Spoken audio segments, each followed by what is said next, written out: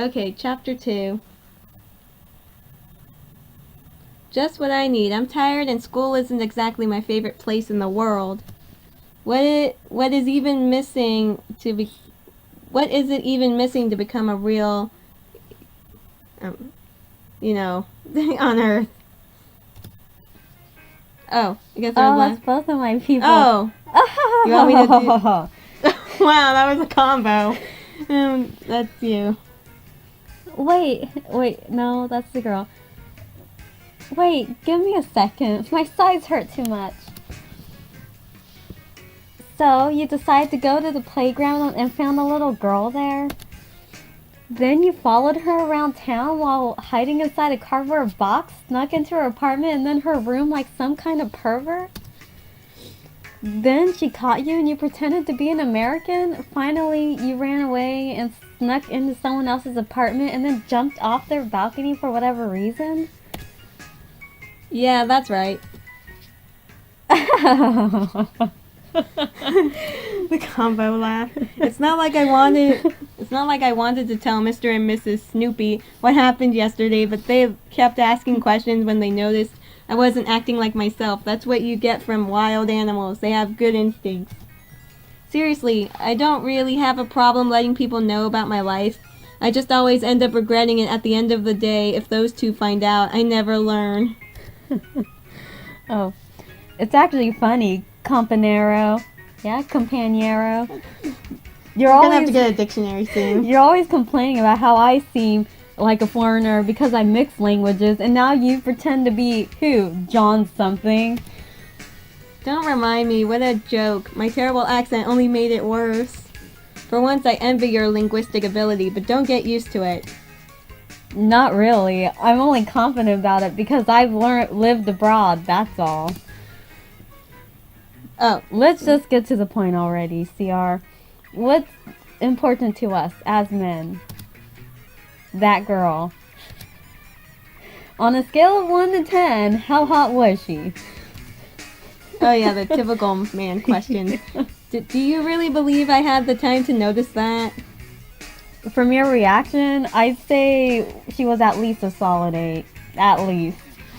I decide not to answer that and instead raise an eyebrow, hoping that it will be enough to deter Aze from pushing further. Sadly, I'm wrong. More than an 8 out of 10? Coming from someone so picky about real girls, she must look like an angel on earth. I can't wait to meet this sexy soother of troubled souls. It makes no sense to assume that there's any logic to Aze's crazy imagination. Luckily, the teacher finally comes into the room and instructs everyone to go to their seats. Based on the way Aze and Ziva say goodbye to me, I don't think they'll be leaving me alone today. No. The bell signaling the start of recess sounds like a celestial choir to my ears. Everyone shuffles out of the classroom in search of somewhere to take a break. However, I know that my own freedom won't come as easily. The teacher calls out to me before I can leave.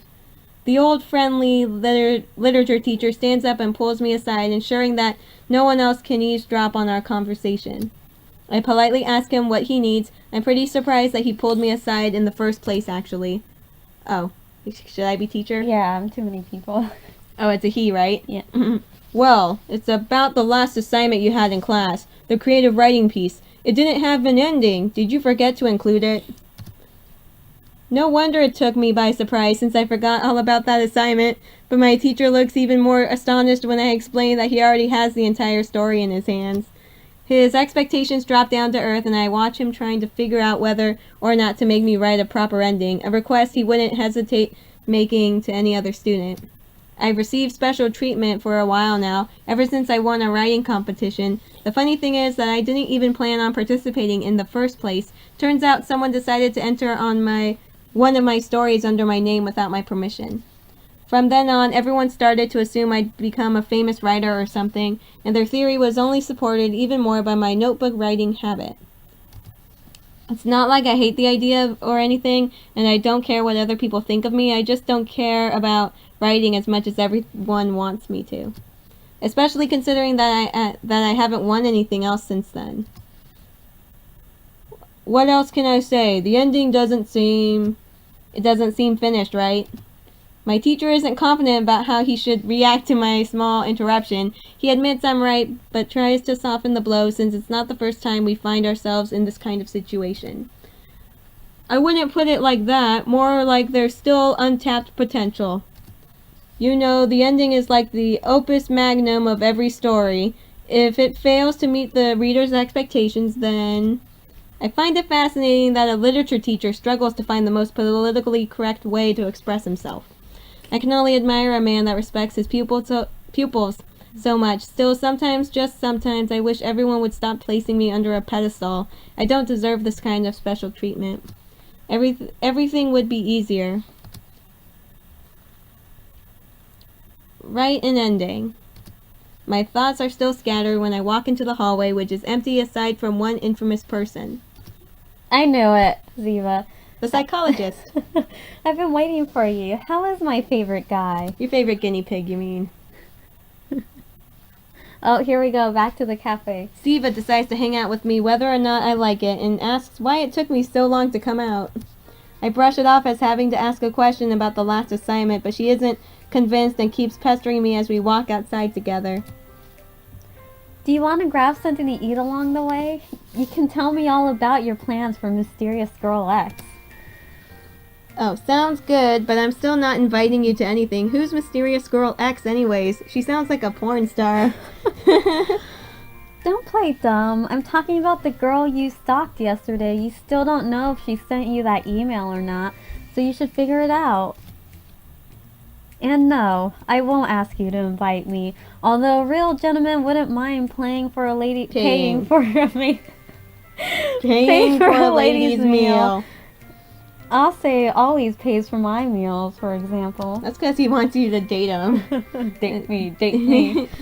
See, I do admire your ability to take advantage of others, but I can actually control my hormones well enough to take off the white knight armor. Not to mention that Ozzy is loaded, so it doesn't matter if he pays for anything. Why do you think I'm even his friend in the first place? Oh, that's you. The worst part is coming from you, I believe. While bickering, we reach a small sandwich shop that's popular amongst all of the students. We wait in line, slowly but surely approaching the window where we'll be able to place our orders. Forget about Ase for now. You still haven't answered me about that girl X. Poor Aze, did he do something to make you angry again? You know what I meant. What are you going to order? I suddenly want to know what weird tastes you have, Ziba. Don't change the subject. Talking to you is like a war where the smallest mistake can lead to total annihilation. All warfare is based on deception. You should know that. I've already told you too much. The truth is that I'd rather not talk about this, else you might try to make it about psychology. You aren't my public enemy number 2 for nothing. 2? Who's the first? Aze? Anyone who picks Bulbasaur as their starter Pokemon. Why? He's super cute. No. Wait. Stop changing the subject. There's one more thing I want to know about that girl, and then I'll leave you alone. Don't you have an ace up your sleeve? A plan to find out who she is? I tilt my head, deciding whether or not to answer Ziva's question, especially now that she has just reached the top of my public enemy list. I can't come up with any reason not to tell her, so I shrug before spilling the beans. I won't do anything about it. I shouldn't have done anything in the first place. In fact, even if I wanted to, I can't do anything now. My hands are tied, you know. Tied by what? Nevertheless, I think that you probably want to do something about it. You're always overthinking everything, but you can't lie to me. I'm a pro at this. You're just too embarrassed to admit it, but you don't have to pretend to be a tough guy around me, NDing. Ziva looks down at me, confident that I'm an open book to her. It's that smart attitude of hers that I hate about her the most. Yeah, hold on, gotta put on my glasses. Earlier you mentioned deception. Most people use it improperly. Do you know the difference between lying and deceiving? Because it's obvious. Don't start with that. This is just another psychoanalysis attempt, isn't it? No, I swear it isn't. I'll stick to the linguistics part of it, honestly. That was a lie, but since I didn't fall for it, you could say that you failed to deceive me. Good enough for you, miss? You could have skipped the cynicism, but yes, you're right. I wasn't lying though, you know. That's for the judge to decide. Anyways, hurry and order something. It's your turn. Oh, I didn't notice. The waiter's probably like, hurry up, kids. Siva has been distracted and forgot all about the line. She quickly recovers and orders a vegetarian sandwich. The clerk tells us that we'll still have to wait a bit for our food, so Ziva and I continue our chat. Oh yeah, you're one of those veggie freaks. Oh, hey. Vegan. The word is vegan. How's the herbivore lifestyle? Do you get extra points for starving Just yourself picture more? her with growing out like scales and leaning over. Oh, like a dinosaur. Yeah. What prize comes after anemia? Oh my gosh. Hilarious. First of all, you can still have a healthy diet without meat, for your information. Not a dinosaur. Secondly, it isn't something I do for fun. I take animal rights extremely serious. You could at least try eating vegetarian meals before you knock them. They aren't bad at all. The clerk brings Ziva's food to her, which means it's my turn to place an order now. I'll have... I don't even know what you guys have. Just stuff all the meat you can into a sandwich. Oh my gosh. Probably doing that on purpose. Oh yeah, because Ziva's there. Andy! Yeah, sorry, that was really insensitive of me. Yeah, you did that on purpose, sir. I'll eat my tree stars from Land Before Time, thank you. Please. That isn't what I meant. What? I asked politely.